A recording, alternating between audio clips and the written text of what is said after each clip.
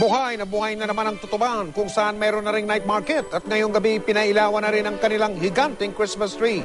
Nakatutok doon live si Maris Umali. Maris.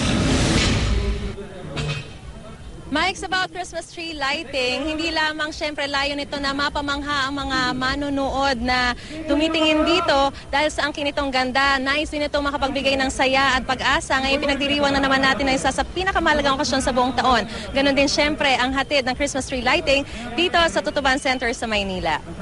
4, 3, 2, 1! Ayan na po! Nagdingning ang buong paligid sa isang bahagi ng Tutuban Center ng Ilawan ang kanilang giant Christmas tree na may taas na 35 feet at napapalumutian ng nagagandahang pasabit. Tradisyon na raw ang pagpapailaw ng Christmas tree dito para lalong magbigay saya sa mga namimili at nagtitinda. Itinaon ang pagpapailaw sa pagdiriwang ng Bonifacio Day para ipalalang minsan ding naging tahanan ng Divisoria ni Gat Andres Bonifacio. Sinundan pa ito ng fireworks display.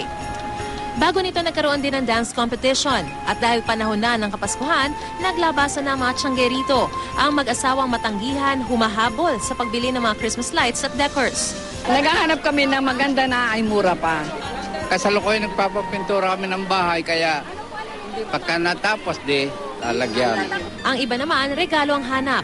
Oo, mahirap ang panahon kaya dapat naghahanap ng mura. Hindi naman kailangan na mahal o mura. Basta't ang ano dun is naalala mo sila. Christmas is giving. May mga discount pa rin po yan. Talagang mura po talaga dito. Kasi kami, pag nagbebenta kami, yung mura siya para mabilisan, napapaikot agad yung paninda. O, di ba kaya sinasadya talaga ng mga tao rito? At talagang kahit saan ka lumingon, marami na ang namimili dahil marami ring mapagpipili ang panregalo rito gaya ng mga bags, novelty items, laruan, damit, pati mga prutas.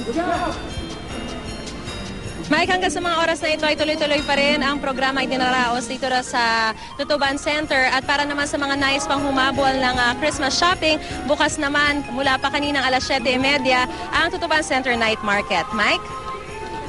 Maraming salamat, Maris Umali.